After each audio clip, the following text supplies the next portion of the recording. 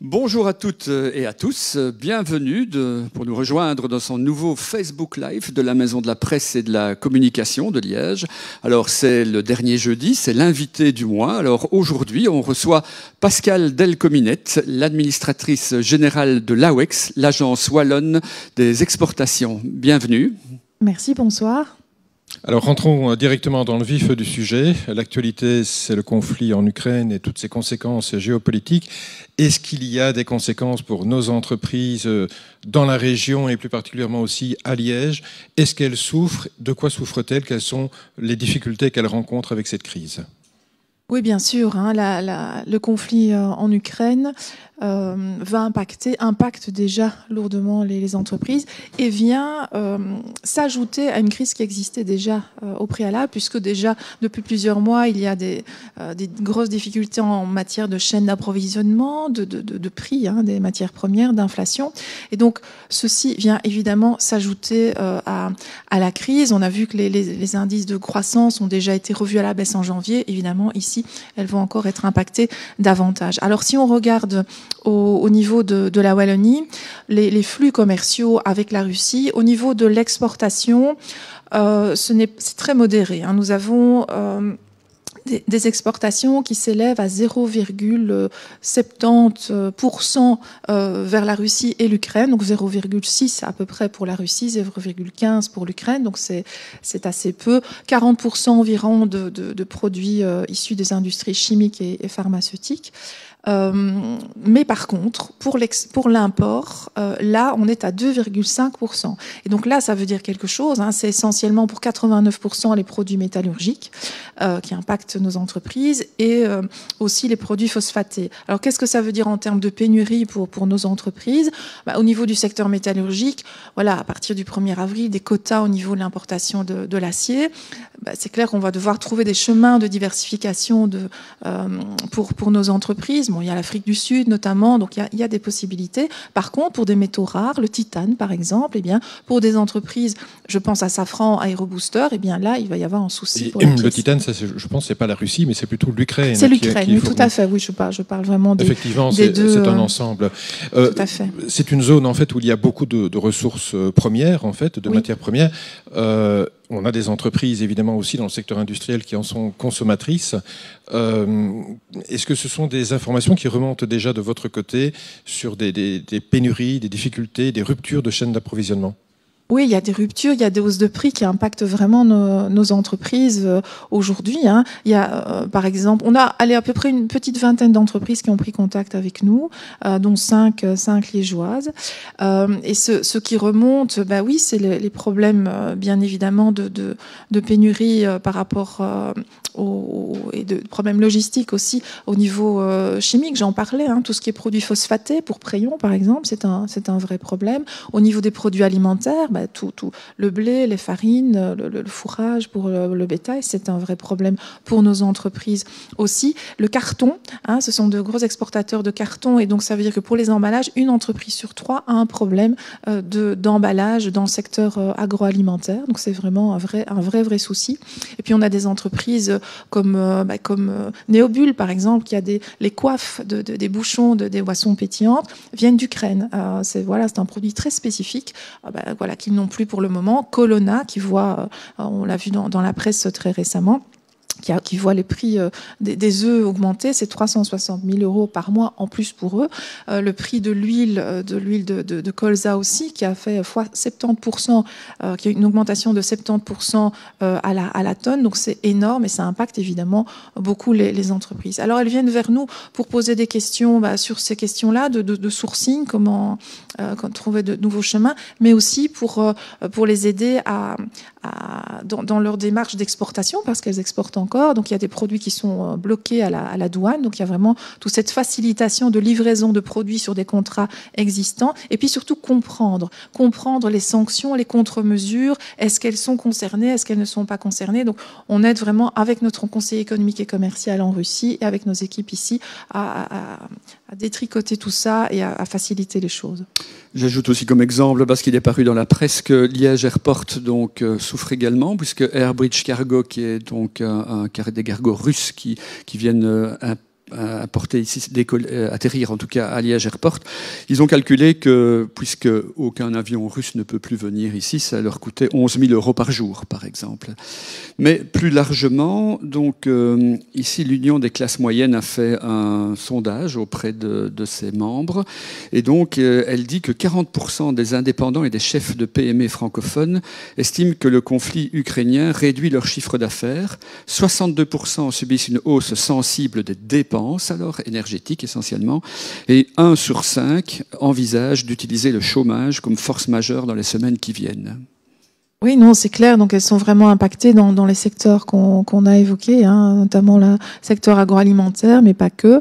Et puis, pour certaines entreprises aussi, au niveau, parce que l'export, en effet, j'expliquais, moins impacté, mais malgré tout, c'est plus compliqué d'exporter. Donc, le peu d'entreprises qui exportent de Wallonie a plus de difficultés pour exporter parce que les chaînes logistiques sont complètement bloquées, parce qu'il y a un problème de paiement aussi. Hein, la deuxième banque du pays, VTB, qui est coupée complètement du réseau SWIFT. Donc c'est comme si ici, je sais pas, ING ne pourrait plus du tout faire de transactions internationales. C'est un peu compliqué. Bon, elle trouve d'autres solutions avec d'autres banques ou d'autres pays, mais c'est vraiment très très compliqué. Des entreprises qui sont installées là-bas, des entreprises wallonnes ou liégeoises aussi qui sont installées là-bas, mais qui n'ont plus donc ni les chaînes logistiques ni les matières premières qui arrivent et donc sont coincées. Donc il y a vraiment un vrai problème. Donc on doit être là aussi, nous, pour les aider à diversifier leur vente, à trouver d'autres marchés, à trouver d'autres sourcing. Donc la demande, pour le moment, c'est vraiment le sourcing aussi. On doit faire attention aussi par rapport au sourcing. Hein, je pense au blé. Donc il y a différentes possibilités, mais le blé, ça veut dire aussi des productions parfois qui sont pas tout à fait dans les normes européennes. Hein, je pense aux OGM. Donc on doit vraiment être attentif, ne rien faire dans la précipitation, mais le faire au mieux avec efficacité. Donc certainement, nous serons impactés. Mais voilà, donc nos exportations en Russie constituent 10% de la part des exportations belges. Donc c'est moins que la moyenne d'habitude de nos parts dans les exportations à l'étranger. Vous parlez d'entreprises wallonnes ou même liégeoises qui sont installées sur place et qui peuvent être impactées. Est-ce que vous avez des exemples à nous donner ? On a NMC notamment qui est sur place, qui a une équipe là-bas, qui continue, qui fonctionne, mais parce que. Rappelez ce que c'est qu'NMC.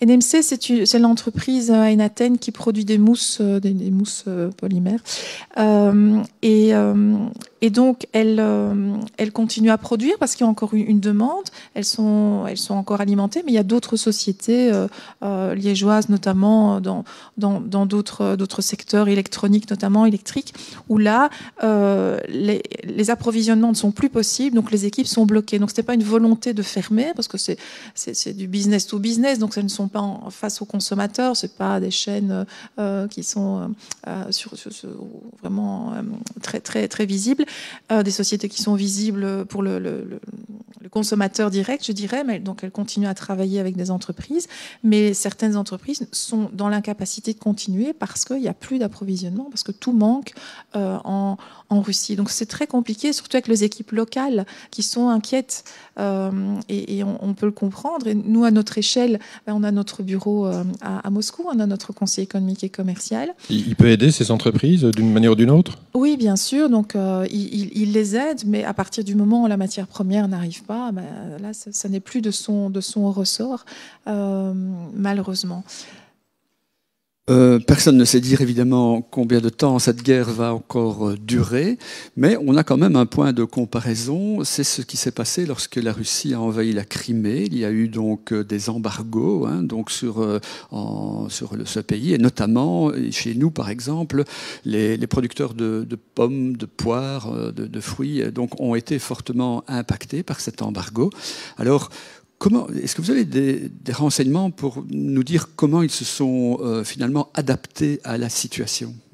Alors oui, on avait à l'époque ce secteur exporté, donc poires et pommes, c'était à peu près 50% de leur exportation vers la Russie. Maintenant, c'est 20% dans les pays alentours. Donc ils ont réorienté leurs exportations vers les pays autour de la Russie, qui étaient aussi demandeurs. Donc il y a eu vraiment toute cette réorientation.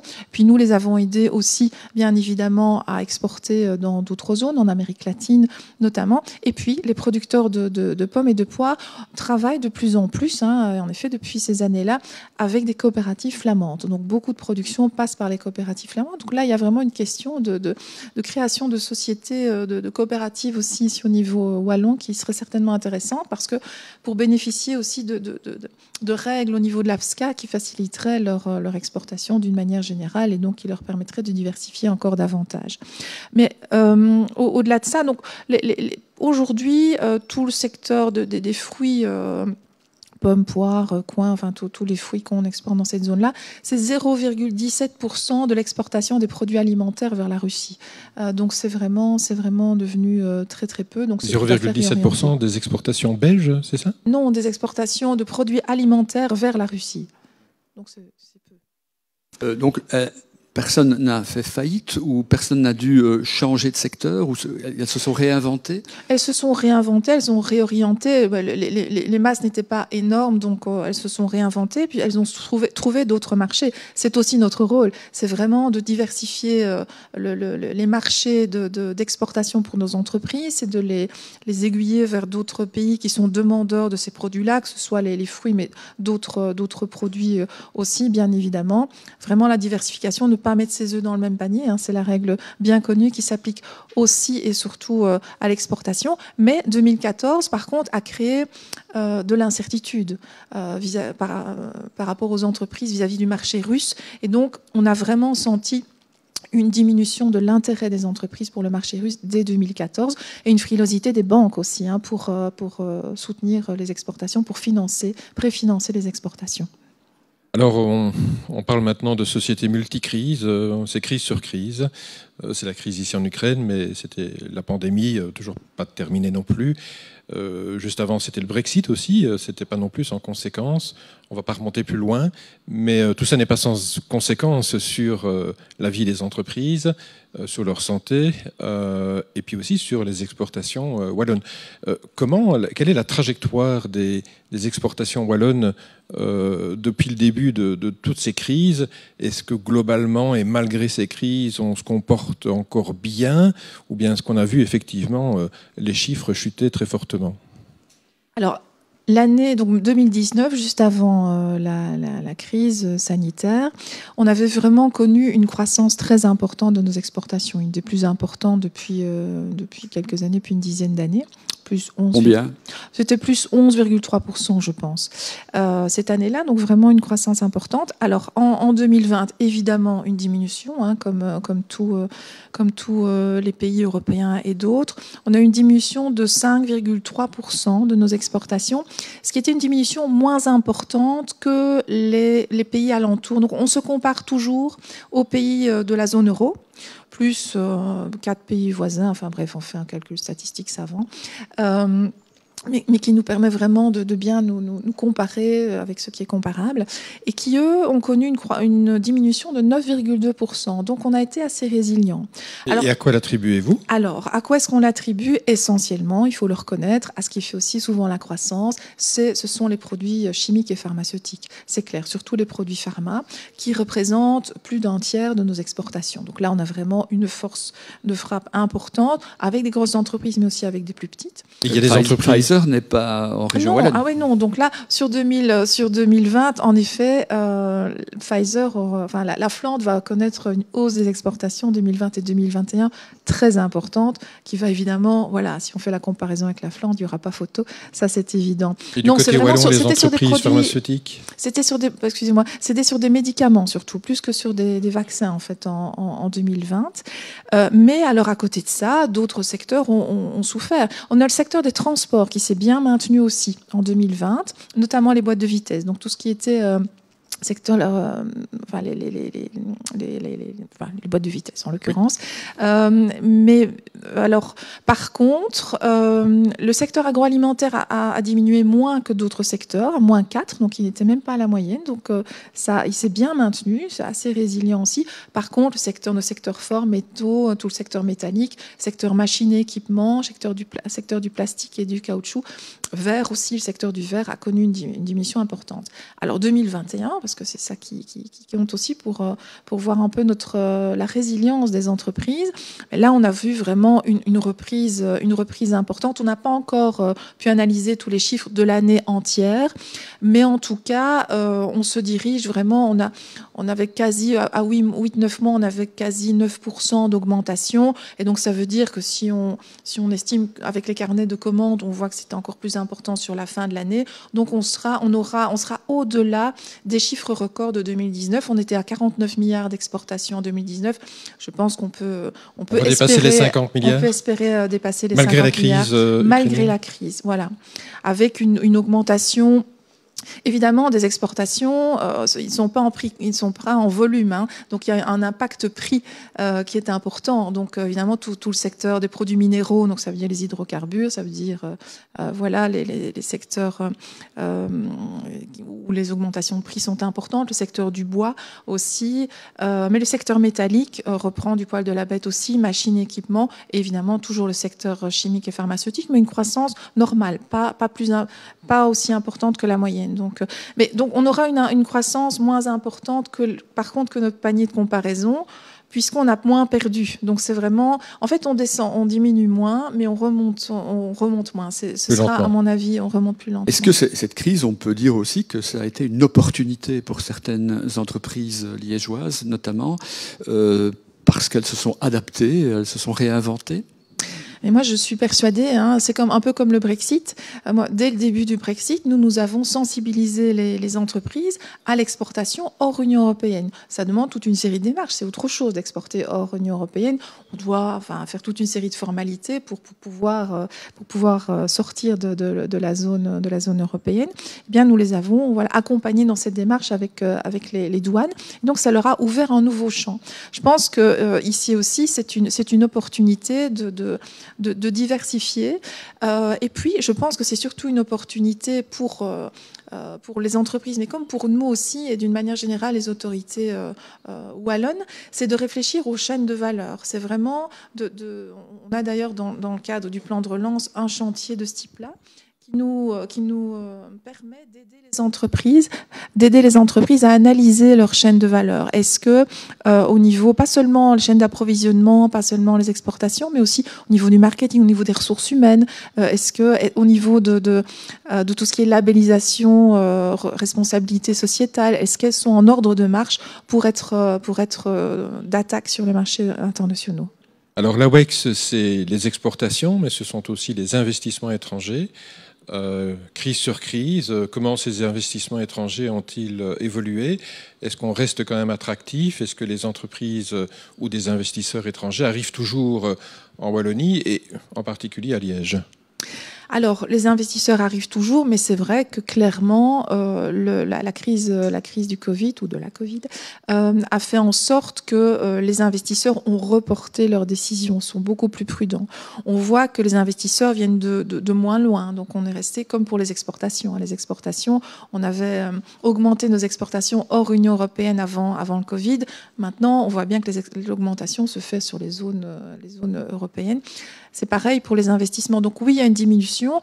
Ici, en 2022 et 2021, fin 2021, on voit une croissance. Donc on est ici, on a vraiment, au niveau de l'emploi, par exemple, on voit qu'on a atteint ici déjà en 2022 les objectifs qu'on se fixe. On a des objectifs pour un trimestre de 500 emplois, etc.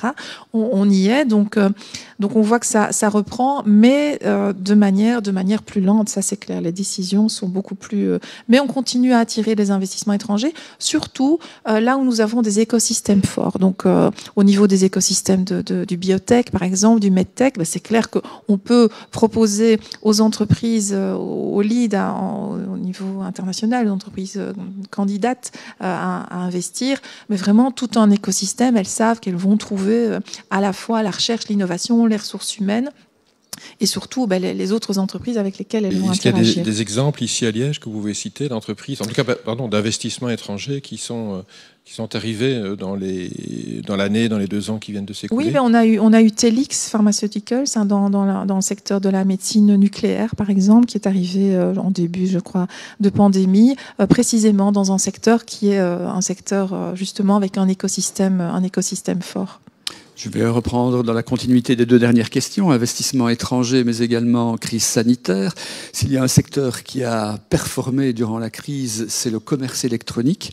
Et qui s'est installé récemment ici dans la région liégeoise, c'est bien sûr le géant chinois Alibaba. Alors, Alibaba, on le sait, importe beaucoup de produits qui sont achetés ici. Mais alors, la question est de savoir, pour vous, en tout cas, comme administratrice générale de l'exportation, qu'est-ce qui repart, en fait, dans les avions de Chinao, le bras logistique d'Alibaba ? Alors, donc il y a à peu près en effet 3-4 vols par jour pour le moment pour Chinao, ça va augmenter, hein, mais c'est le cas. Nous avons aussi par rapport à la Chine, au-delà de Chinao, on a aussi les trains, 6 trains par semaine vers Zhengzhou. Donc on a vraiment tout ce flux avec la Chine. Alors le travail que nous faisons avec China, parce qu'évidemment l'objectif c'est en effet d'avoir un taux de remplissage important. Sur les trains, on a à peu près 60% de taux de remplissage retour. Alors au niveau des avions, qu'est-ce qu'il y a dans les trains au retour? Ah mais ça, la question est une bonne question, mais ça on ne le sait pas parce que à la fois les sociétés, que ce soit les compagnies aériennes ou ferroviaires, n'ont pas cette information-là. Elles ont des espaces qui sont réservés, mais qui sont réservés par des brokers, par des distributeurs qui ne connaissent pas la nationalité. Qui ne connaissent pas la nationalité des produits. Donc ça, c'est vraiment impossible à savoir. Donc nous, tout le travail qu'on fait, c'est nous assurer en tout cas qu'on soutient au maximum les entreprises wallonnes, belges, mais même européennes, à venir à faire de Liège un hub de retour vers l'Asie. Donc c'est vraiment tout le travail qu'on fait avec Chinao, notamment au travers de la sensibilisation aux plateformes e-commerce. Parce que c'est vrai que les entreprises wallonnes sont des petites entreprises et qui n'ont pas toujours cette habitude-là de travailler sur des plateformes. Ça ne s'improvise pas. C'est un travail d'analyse du produit, d'analyse des différentes plateformes pour vraiment se positionner là où elles auront une chance d'être repérées. Et on sait que les Chinois, eh bien, ils sont attirés par les produits de luxe, les produits cosmétiques, les produits de santé, les produits agroalimentaires, les produits pour bébés, donc des produits que nous avons. Et donc, nous travaillons avec des entreprises de ces secteurs-là pour les positionner sur des plateformes. On a déjà quelques entreprises liégeoises qui sont sur ces plateformes-là. On a Hortis, ce sont des compléments alimentaires. On a le chocolat Galère, on a la bière Val-Dieu, on a Bellourt, les produits pour bébés. Et Hortis est un bel exemple parce que Hortis s'est rendu compte qu'il exportait en Chine. Il s'est rendu compte qu'en fait, ces exportations étaient portées par des intermédiaires alors que lui aurait pu le faire et réduire les intermédiaires, donc réduire les coûts et le faire directement. Et maintenant, il est sur une plateforme de China et on peut espérer qu'il soit dans les trains ou dans les avions. Ça, on ne sait pas le faire, mais c'est vraiment notre objectif. Mais c'est pas uniquement des entreprises wallonnes ou liégeoises, mais on doit vraiment sensibiliser toutes les entreprises belges et européennes pour aussi créer de l'emploi sur l'aéroport et créer des services qui sont associés à cela aussi, et c'est aussi notre objectif. J'en profite d'ailleurs pour rappeler à tous ceux qui nous regardent qu'ils peuvent maintenant poser leurs questions sur Facebook. Nous y répondrons à la fin de cette émission et je vais me faire le porte-parole d'une question. Moi, je suis par exemple un fabricant liégeois de produits pour bébés, on en a parlé. J'aimerais bien exporter en Chine. Qu'est-ce que je fais très pratiquement ? Alors très pratiquement, vous vous rendez au centre régional. On a un centre régional ici à Liège, et puis notre collègue va examiner votre produit. Elle va vous demander si vous avez déjà exporté d'abord. Est-ce que vous commencez sur la Chine ou vous avez déjà exporté par ailleurs ? Est-ce que vous avez les capacités de production pour exporter en Chine ? Est-ce que vous avez le personnel pour le faire ? Est-ce que vous avez déjà analysé la concurrence, le marché ? marché. Et puis elle va construire petit à petit votre stratégie à l'exportation. Et puis ensuite, elle va voir la maturité. Si peut-être elle va vous conseiller, peut-être qu'on va commencer par la France. Si tout ça est déjà fait, ok, on va cibler la Chine. Et donc on va se mettre en relation avec notre conseiller économique et commercial. On en a plusieurs en Chine d'ailleurs. Imaginons celui de Shanghai. Et il va analyser avec vous la concurrence, voir expliquer qui exporte déjà en Chine, comment votre produit doit être adapté, parce qu'on ne vend pas un produit en Europe comme on le vend en Chine. Donc adaptez votre produit, le packaging, le goût, que sais-je. Et puis vous aider, peut-être vous conseiller de venir à une foire pour découvrir un peu le marché chinois, pour découvrir prendre l'idée est aussi de mettre le produit en ligne sur AliExpress, qui est donc la plateforme de vente d'Alibaba. Et pas plus tard qu'il y a 2 jours, il y avait l'enquête publique sur justement l'extension d'Alibaba. Il racontait qu'il demandait à des influenceuses chinoises de présenter donc des produits venant d'Europe pour essayer donc de remplir leurs avions au retour, parce qu'ils ne demandent pas mieux évidemment, puisque ce sont des clients aussi pour eux. Est-ce que vous aidez aussi comme ça? Moi, j'ai un produit pour bébé. Est-ce que vous allez faire la photo de ce produit? Est-ce que vous allez payer ou en tout cas financer une campagne de publicité sur cette plateforme de vente? Alors, nous avons en effet un soutien, mais plutôt d'accompagnement, de service auprès des entreprises qui souhaitent en effet se positionner. Nous avons des aides qui existent déjà, que ce soit pour des plateformes ou d'autres formes de communication. Et donc, nous pourrons en effet, au travers de nos systèmes de chèques, de soutien à la promotion, à la communication, les aider à se vendre sur ces plateformes-là. Et nous avons aussi des partenariats avec des influenceurs chinois qui permettent aussi aux entreprises de se faire valoir. Donc oui, ça fait partie de toute notre stratégie sur la mise en ligne sur les plateformes. Alors restons encore un peu en Chine. Est-ce que la situation vous inquiète avec des reconfinements dans des grands centres urbains, Shenzhen, Shanghai, qui sont aussi les usines du monde, avec beaucoup de composants, notamment électroniques, par exemple, qui sont exportés, qui viennent donc de là et qui sont nécessaires à nos entreprises. Est-ce que cette situation-là, qui risque de se reproduire de manière fréquente, vous inquiète particulièrement pour nos exportations, pour la vie de nos entreprises? Oui, c'est inquiétant. Shenzhen qui est fermé, en effet, vous le disiez, c'est l'usine du monde. Donc au niveau des composants électroniques, je pense que le monde entier, en effet, va en subir les conséquences. Et donc c'est clair que tout ça fait partie des réflexions qui doivent être menées, pas aussi seulement au niveau wallon ni belge, mais certainement européen, pour reconstruire vraiment toutes ces filières stratégiques. Le Chip Act, d'ailleurs, y concourt. C'est comment recréer, en effet, des filières. C'est possible, ça, de réorienter la production, parce que c'est quand même un peu presque exclusif. Ça prend du temps, donc ça ne va pas se faire du jour au lendemain, mais je pense que si on l'envisage au niveau européen, c'est tout à fait jouable, mais on ne peut le faire qu'au niveau européen avec des atouts dans les différents pays et jouer la solidarité. Je pense que la solidarité depuis quelques mois au niveau européen a montré qu'elle pouvait fonctionner, mais gageons qu'elle fonctionne aussi à ce niveau-là. Et dans les chiffres de la WEX, on voit qu'effectivement la Chine grimpe en fait en termes d'exportation, que c'est un marché que vous explorez, que nos entreprises explorent effectivement. Oui, tout à fait. La Chine et tout le sud-est asiatique, c'est clair que pendant la crise, c'est vraiment la Chine qui a tiré vers le haut tous ces marchés, et qui a permis aux entreprises qui avaient déjà en effet des flux avec ces pays de les poursuivre. Ça c'est certain. On n'a pas pu faire de la prospection et on ne peut pas encore en faire beaucoup. En tout cas, on ne le fait qu'à distance vers ces pays-là, puisque en tout cas la Chine est fermée encore pour quelques mois.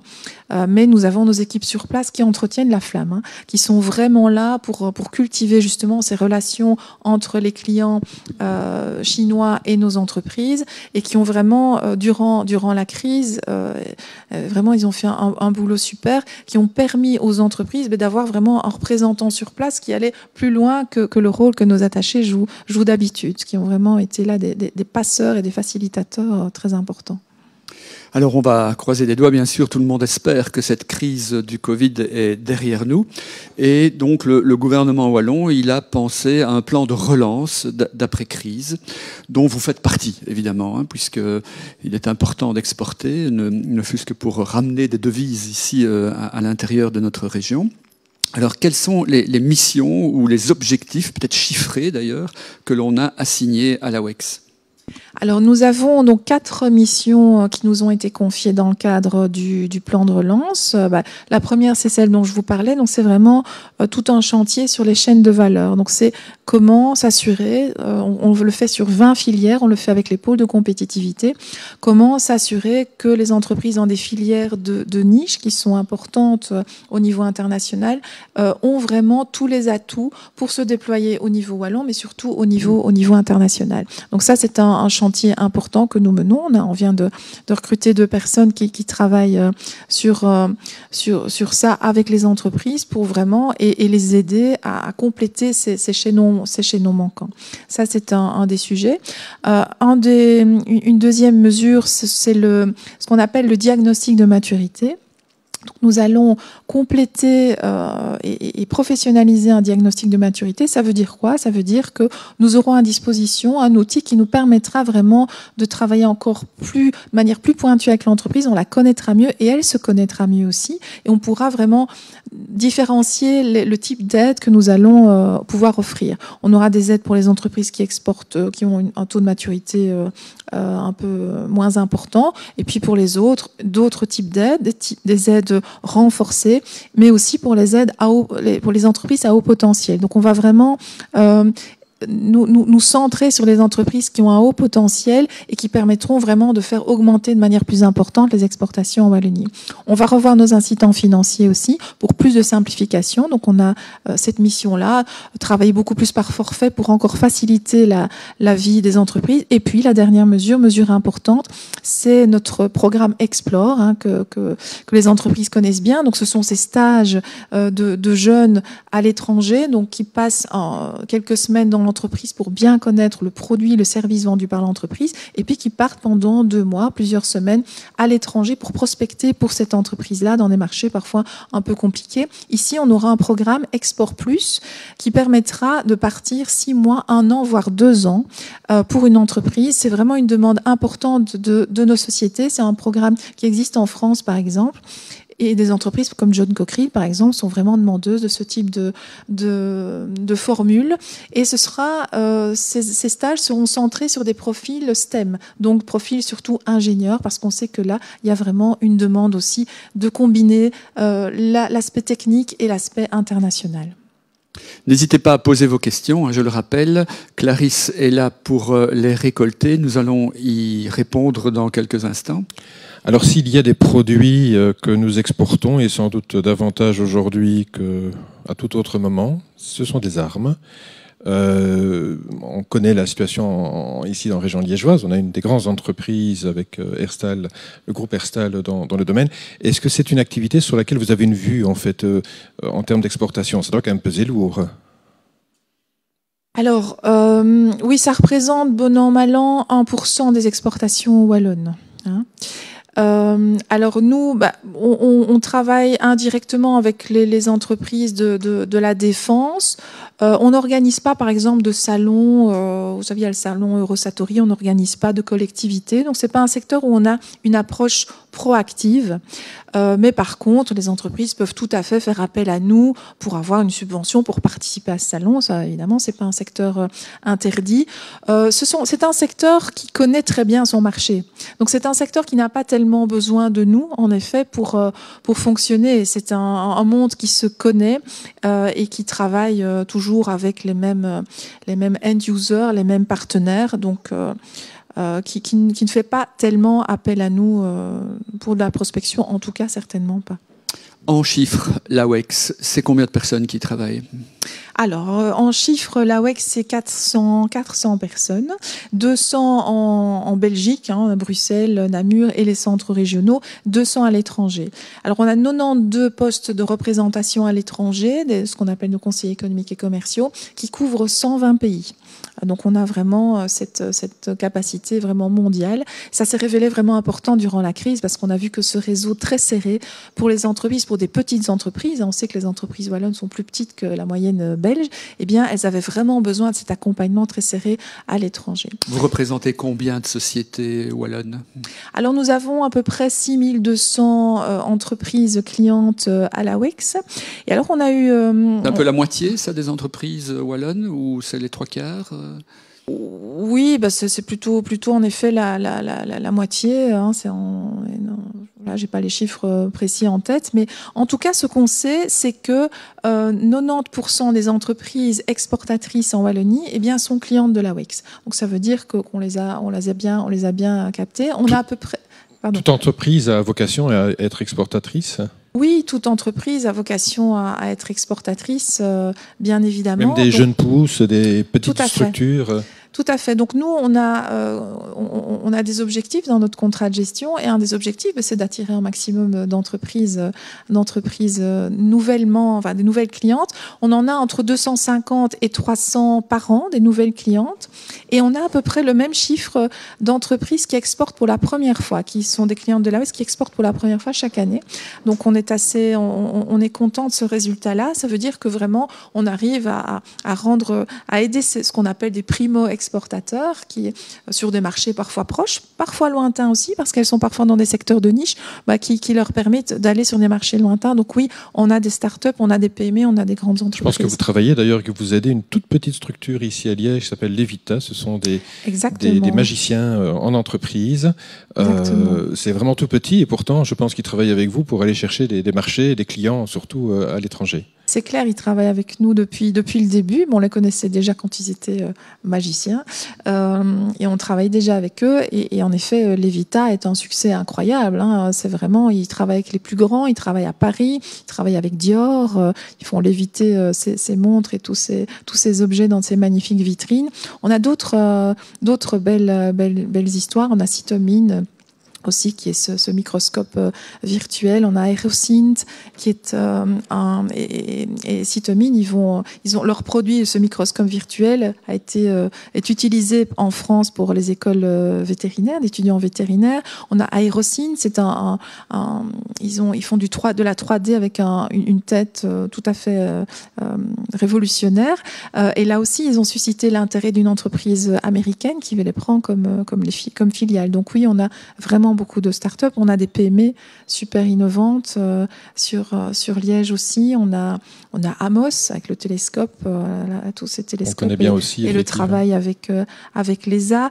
On a l'ASEA, qui est aussi une entreprise incroyable, qui c'est ce laser d'une précision au millième du micron, voilà, qui permet, qui travaille aussi avec les plus grands au niveau de l'horlogerie suisse.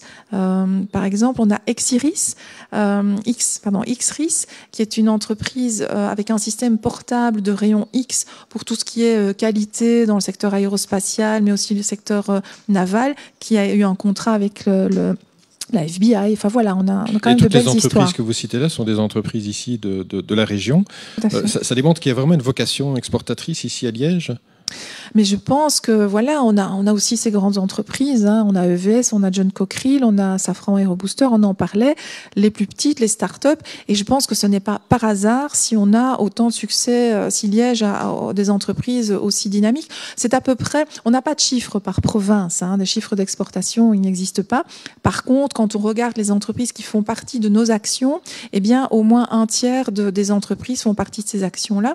Je citais tout à l'heure les nouvelles entreprises clientes chaque année, eh bien entre 30 et 60%, ça dépend des années, sont des entreprises liégeoises dans ces nouvelles entreprises. Et ce n'est pas par hasard. Je pense qu'il y a tout un écosystème, l'Université de Liège, bien évidemment, le Gigal, le Science Park. On a des incubateurs, des accélérateurs, on a WSL, on a l'aéroport qui est quand même un hub incroyable, on a le 3e port aussi de Liège. Donc, il y a un écosystème, on a un Invest qui fonctionne super bien, on a Nochac. Donc voilà, je crois qu'il y a quand même, il y a quelque chose ici qui se passe de particulier. Si vous deviez faire un podium comme ça des 3 plus grandes exportatrices liégeoises, ce serait qui? Il faudrait que je regarde tout à fait. En chiffre d'affaires. Safran Aérobooster, par exemple, oui, mais voilà, je pense fait que des compresseurs de moteurs d'avion. Oui. La moitié des avions du monde sont équipés. Même plus, si on regarde moyen courrier, long courrier, ils sont sur 75% du marché. Donc, ils sont vraiment dans le produit de lubrification aussi. Ils sont leaders mondiaux. Donc, oui, Safran Aérobooster qui est vraiment en tête du podium et qui arrive vraiment à faire du site de Liège un site incontournable. Donc, ils ont vraiment une stratégie incroyable.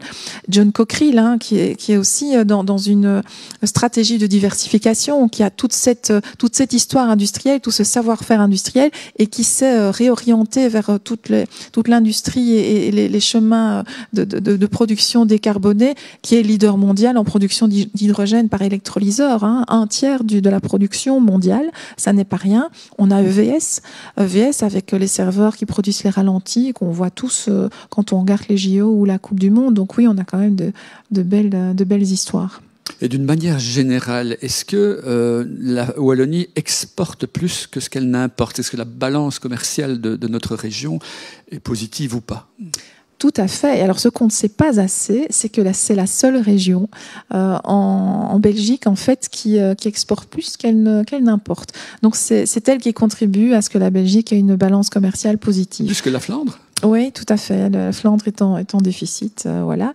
Et nous avons 11 milliards d'excédents au niveau de la balance commerciale. Donc voilà, ça doit se savoir. Alors, vous parlez avec passion de nos exportations. Vous êtes également donc administratrice générale de l'AWEX, mais également de WBI, qui est Wallonie-Bruxelles International. Est-ce qu'on devrait plutôt vous appeler Madame la ministre des Affaires étrangères de la Fédération Wallonie-Bruxelles? Certainement pas. Non.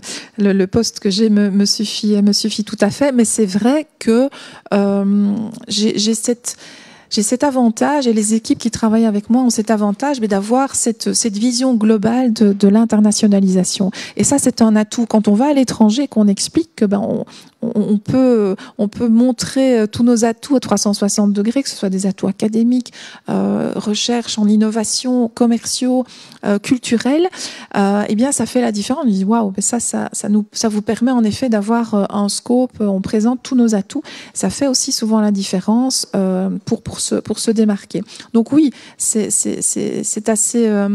important pour nous et ça nous permet d'être plus efficaces au niveau de la recherche et l'innovation et le commerce, par exemple. Les connexions pour les entreprises, pour les aider à trouver des partenariats technologiques, ça passe aussi d'abord des partenariats entre centres de recherche et puis on greffe une entreprise. Donc c'est vraiment toute une chaîne d'accompagnement. Les pôles de compétitivité, par exemple, travaillent beaucoup avec nos agents de liaison scientifique. On en a 6 dans le monde qui sont vraiment là sur des partenariats de recherche qui relèvent de WBI. Et puis ensuite avec les conseillers économiques et commerciaux qui travaillent ensemble. Et je pense que tout cela est facilité parce qu'en effet, il y a une seule personne, que ce soit moi ou quelqu'un d'autre, à la tête des deux structures. Alors on va un peu parler de vous, parce que vous êtes administratrice générale de l'AWEX. Je suppose que cela vous amène à voyager quand même régulièrement. Donc depuis que vous êtes là, est-ce que vous avez beaucoup voyagé dans le monde ? Oui, énormément. Donc évidemment beaucoup moins ces 2 dernières années où je suis beaucoup plus restée comme tout le monde chez moi. Donc ça a été un vrai changement d'habitude. Ça s'est bien passé. Mais oui, beaucoup de voyages. Ça, c'est clair que je dirais qu'un bon tiers de mon temps, voire un peu plus, était consacré à des missions à l'étranger, là où je suis utile, là où les collègues estiment que je peux apporter quelque chose, parfois dans une dimension institutionnelle, avec des ministères, avec des ministres. Parfois, dans certains pays, on est reçu par des ministres, même à mon niveau. Donc oui, ça veut dire beaucoup de voyages sur tous les continents. Je n'ai pas encore fait l'Océanie, je n'ai pas encore fait l'Australie. Ce sera pour la mission princière 2023 normalement. Et c'est très enrichissant et c'est clair que c'est ce qui a manqué ces 2 dernières années-ci. C'est ce contact direct, et les entreprises le disent aussi. Bien sûr, le virtuel a beaucoup d'atouts, C'est clair, et c'est clair qu'on va garder de l'hybridation dans nos relations, mais le contact direct, surtout quand on est dans la prospection, et pour nous aussi, pour aller prendre le pouls sur place, pour revenir avec des idées et réorienter nos stratégies par rapport à ce qu'on a entendu sur place, par rapport à ce que les entreprises nous disent.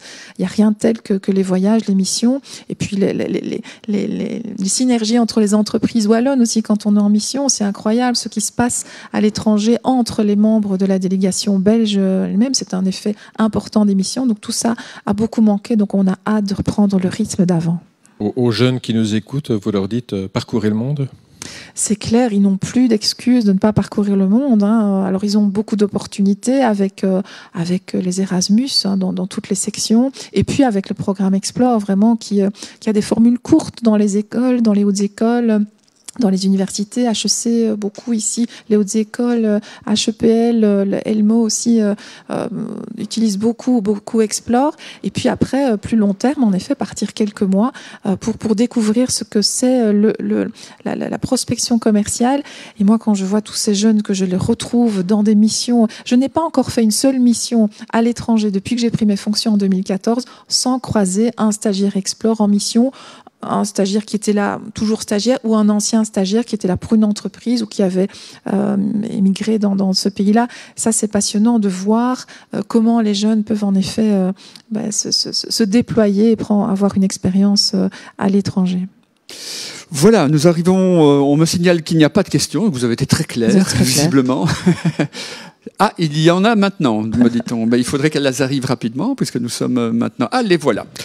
Voilà les questions qui nous ont été posées par tous nos internautes ici, de ce Facebook Live de la Maison de la Presse et de la Communication de Liège, qui est donc, qui a comme invité, aujourd'hui, je le rappelle, c'est Pascal Delcominette de l'AWEX, l'Agence Wallonne à l'exportation. Alors donc on a effectivement une question. Vous avez parlé de la balance commerciale wallonne qui est la seule positive de Belgique, mais plus largement, quelle part de l'économie belge la Wallonie occupe-t-elle et comment évolue-t-elle? Alors moi je vais vous parler de la part, de la part belge et de la part des exportations.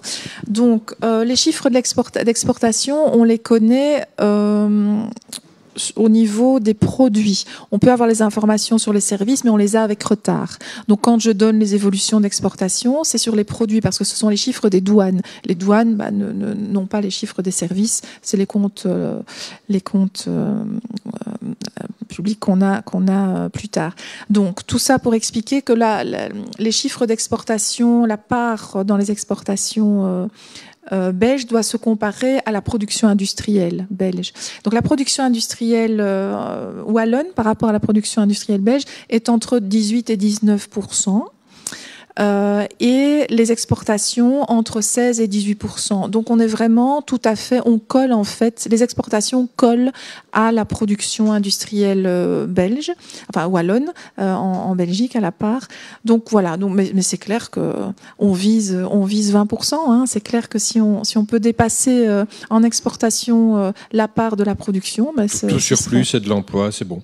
C'est clair, on va chercher, comme vous le disiez, on va chercher des devises à l'étranger, donc c'est important pour nous au niveau de la création d'emplois. C'est un métier passionnant pour cela, parce que au bout du jour, at the end of the day, comme les Anglais disent, eh bien, on constate qu'on a contribué, voilà, à notre échelle. Hein, ce sont les entreprises qui font l'essentiel du job, bien évidemment, mais nous, on a mis en tout cas en place l'environnement, les services, l'accompagnement qu'il faut pour leur permettre d'aller chercher de la valeur à l'étranger.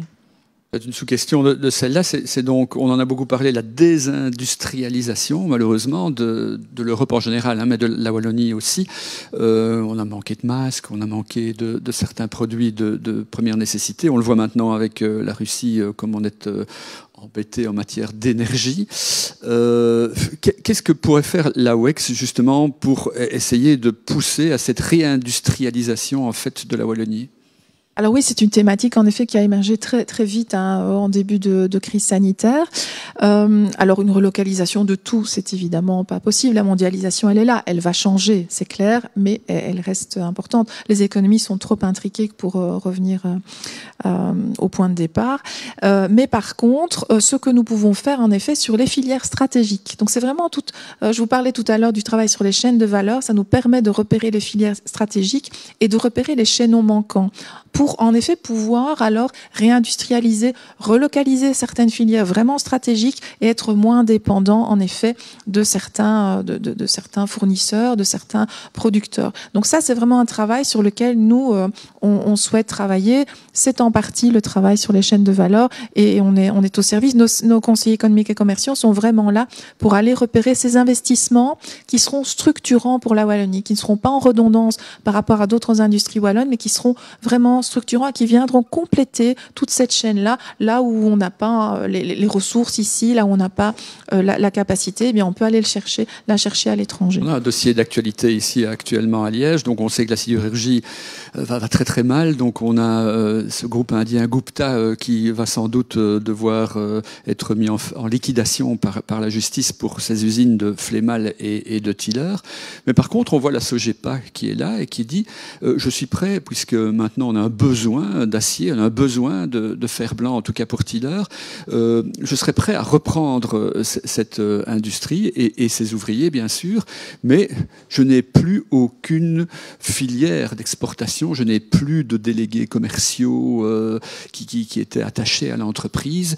Que pourrait faire l'AWEX? Avez-vous été contacté, par exemple, sur ce dossier? On n'a pas encore été contacté, mais c'est clair que c'est en effet un sujet sur lequel on peut travailler avec la Sogepa. On fait de plus en plus appel à nous, en effet, par rapport à des ressources humaines. On a des pénuries aussi importantes en Wallonie. Et comment aider, en effet, à renourrir la Wallonie au niveau de certains métiers en pénurie, de certaines compétences. Et donc c'est un travail sur lequel on peut avancer avec le Sogepa. On est partenaire de la Sogepa pour beaucoup d'autres dossiers. Tout le site Caterpillar, on a beaucoup travaillé avec eux aussi. On travaille encore avec eux. Donc, on peut en effet travailler sur ces chemins-là. On travaille aussi avec... dans le cadre de notre travail avec les universités et nos réseaux à l'étranger pour repérer aussi des chercheurs, des étudiants qui viennent travailler chez nous dans notre secteur, que celui que vous évoquiez. Mais donc oui, on a cette possibilité de soutenir nos collègues et les outils économiques. Didier? Bien, je pense que c'est la fin de cette émission, effectivement. Une dernière question peut-être qui nous arrive maintenant. Je ne sais pas pourquoi ça vient très tard, là, aujourd'hui. Est-ce que c'est moi qui aurais peut-être dû le dire à l'avance? Voilà. Une dernière question, la voici. La Belgique a une belle visibilité internationale. Est-il utile de développer une image wallonne? Donc ici, on voit tout ce que cela sous-entend, évidemment. Est-ce qu'on a besoin de faire une image wallonne, une image bruxelloise, une image flamande? Est-ce qu'on ne devrait pas plutôt promotionner la Belgique? Alors, il faut savoir que quand le commerce extérieur, tout le soutien aux exportations a été régionalisé, on a vu vraiment, dès les premières années, une augmentation très importante des exportations wallonnes, parce que les politiques qui étaient menées correspondaient davantage au tissu économique wallon, ce qui n'était pas le cas avant. Avec les entreprises flamandes, ce sont des plus grandes entreprises, on a le port, etc., d'autres secteurs. Et donc, il y a vraiment eu un accroissement important. Et donc, on a continué à vraiment construire des dispositifs, des outils qui sont tout à fait adaptés à notre tissu, à la taille de nos entreprises, je le rappelle, plus petites. Et donc, en effet, on veut valoriser la Wallonie, bien évidemment, mais on a maintenant cette maturité institutionnelle, je dirais, avec les deux autres régions et le fédéral, de pouvoir se présenter sous l'étiquette belge quand nous savons que nous serons beaucoup plus visibles comme ça. Le secteur biotech, par exemple, nous avons des salons internationaux auxquels nous participons aux États-Unis, au Japon. Eh bien, ce sont toujours des salons où c'est Belgium. Mais par contre, au sein du pavillon, eh bien, nous avons chacun notre espace, alors avec une visibilité. Donc, on doit accrocher avec la Belgique, avec le branding Belgique, et puis ensuite, on développe et on les convainc que la Wallonie, c'est l'endroit de place to be. Parce qu'avant, à l'époque, on disait aussi effectivement effectivement que ce commerce belge extérieur était aux mains de patrons flamands, en fait, en quelque sorte, et que là, la régionalisation a eu du bon, finalement. Oui, c'est clair. Ça a donné en effet les leviers aux Wallons, leur prise en main au niveau international. Et donc, je pense qu'il y a des belles histoires qui sont nées, qui ne seraient peut-être pas nées si on était resté dans un cadre belge. Voilà, je crois qu'on arrive tout doucement au terme de cette émission. Un tout grand merci, en tout cas, Pascale Delcominette, d'avoir été des nôtres. Je vous rappelle évidemment que cette émission est en replay dans quelques minutes. Elle sera sur notre page et ainsi que sur notre chaîne YouTube. Merci beaucoup d'avoir été des nôtres. Merci Didier. Merci aussi à Electrovox qui a assuré toute la sonorisation et ce tournage de cette émission. Et je vous donne rendez-vous déjà, évidemment, pour nos 2 prochaines activités, c'est-à-dire le 10 et le 24 avril, à l'occasion donc des 2 tours des élections présidentielles françaises. La Maison de la Presse, avec les Amitiés françaises, organise une soirée électorale où, avec des commentateurs politiques, politologues de l'Université de Liège, nous décrypterons un peu tous ces résultats. Rassurez-vous, dans la bonne humeur, il y aura du vin et du fromage. Et enfin, et du beau temps. Et du beau temps, sans doute.